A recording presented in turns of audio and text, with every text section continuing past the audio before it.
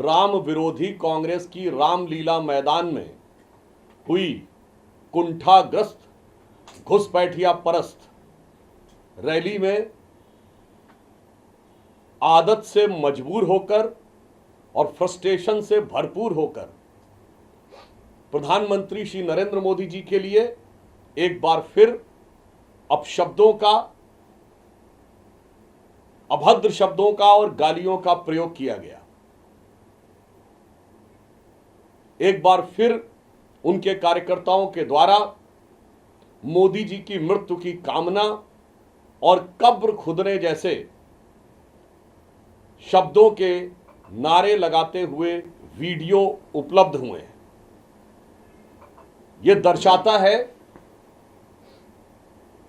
कि कांग्रेस पार्टी अब मुस्लिम लीगी माओवादी एजेंडा के तहत चलते हुए एक राजनैतिक दल के स्थान पर अराजकता का मंच बनती चली जा रही है। आपको राहुल गांधी जी की तारीफ करनी है, करिए, मगर प्रधानमंत्री श्री नरेंद्र मोदी जी के विरुद्ध इस ढंग के अपशब्दों का प्रयोग जो पहले भी किया गया है वो सर्वथा निंदनीय है। यद्यपि कोई तुलना नहीं है जहां राहुल गांधी जी भारत की राजनीति और अपनी पार्टी के सर्वाधिक असफल और सर्वाधिक उच्छृंखल नेता साबित हुए हैं, वहीं श्री नरेंद्र मोदी जी भारत की राजनीति और भारतीय जनता पार्टी के सर्वाधिक सफल और सर्वाधिक कर्मठ नेता साबित हुए हैं। इसलिए अगर कोई उनके बारे में बोलता है तो दोनों में जमीन आसमान का अंतर है। और एक हिंदी में कहावत होती है, चांद पे थूका अपने सर पर, यानी कोई चांद पे थूकने का प्रयास करता है तो वो उसी की चांद पर आकर गिरता है। परंतु एक गंभीर बात यह है, हम लोगों ने कभी भी लोकतंत्र के उस काले दौर में भी किसी रैली में, इमरजेंसी के दौरान भी कांग्रेस के किसी नेता की मौत की कामना नहीं की गई है। 2007 के गुजरात चुनावों में मौत के सौदागर से लेके 2014 में मोदी जी के बोटी बोटी करने के बयान तक, 2019 में फिर मोदी जी की कब्र खोदने के बयान तक, 2022 के गुजरात चुनाव में मोदी जी को हैसियत सिखा देंगे कि मधुसूदन मिस्त्री जी के बयान तक, और 2025 के बिहार चुनाव में प्रधानमंत्री जी की पूज्य माता जी को गाली देने तक, जितनी बार कांग्रेस ने नफरत की है उतना ही जनता ने प्रधानमंत्री जी को मोहब्बत दी है। इसलिए कांग्रेस को यह समझना चाहिए कि आप जितना मोदी जी के खिलाफ विश्वमन करते रहेंगे उतना जनता का समर्थन प्राप्त होता रहेगा। और इतना ही नहीं, मुख्य चुनाव आयुक्त के लेकर ऐसे चित्र मीडिया में आए हैं कि उन्हें कैदी के रूप में दिखाया जा रहा है।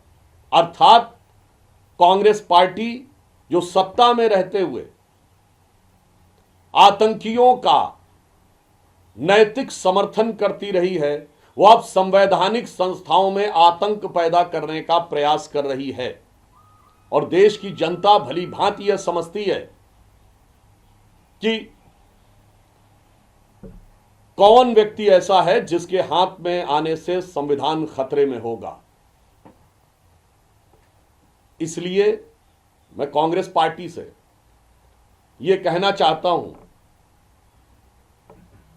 कि आप जितनी भी अभद्र शब्दों का प्रयोग जब तक करते रहेंगे, आपका परिणाम क्या होगा, मैं प्रधानमंत्री श्री नरेंद्र मोदी जी की तरफ से कहना चाहूंगा कि दरिया का सारा नशा उतरता चला गया, तू मुझको डुबाता रहा और मैं उभरता चला गया, और मंजिल समझ के बैठ गए जिस पे चंद लोग, मैं ऐसे कितने ही रास्तों से गुजरता चला गया।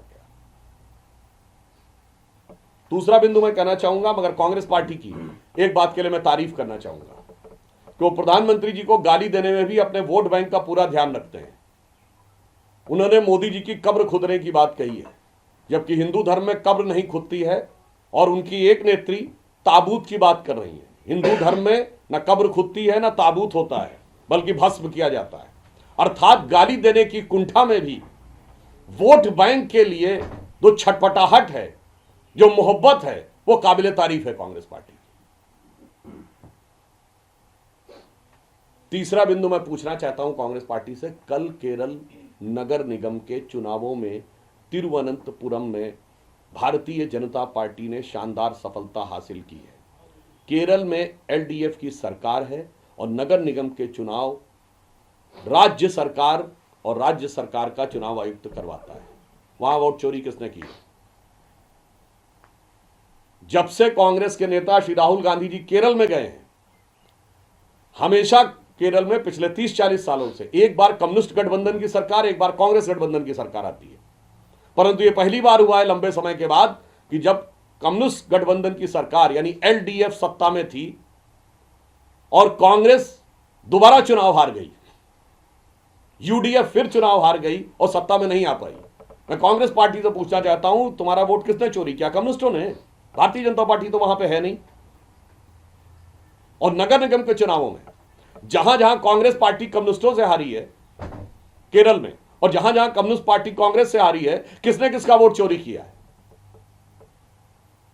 इस बात का मुझे सीधा सपाट जवाब चाहिए, अन्यथा मैं पुनः कहना चाहता हूं, कांग्रेस पार्टी अब एक राजनीतिक दल से अधिक अराजकता का मंच बनती जा रही है। एक कांग्रेस पार्टी जो एक दौर में जो दावा करती है, महात्मा गांधी जी से लेके लोकमान्य तिलक, सरदार पटेल, सुभाष चंद्र बोस जी जैसे बड़े बड़े नेताओं की विरासत का दावा करके स्वतंत्रता संग्राम का नेतृत्व कर रही थी, वो कांग्रेस पार्टी आज भारतीय राजनीति के लिए एक अभिशाप के समान होती चली जा रही है। Subscribe to One India and never miss an update. Download the One India app now.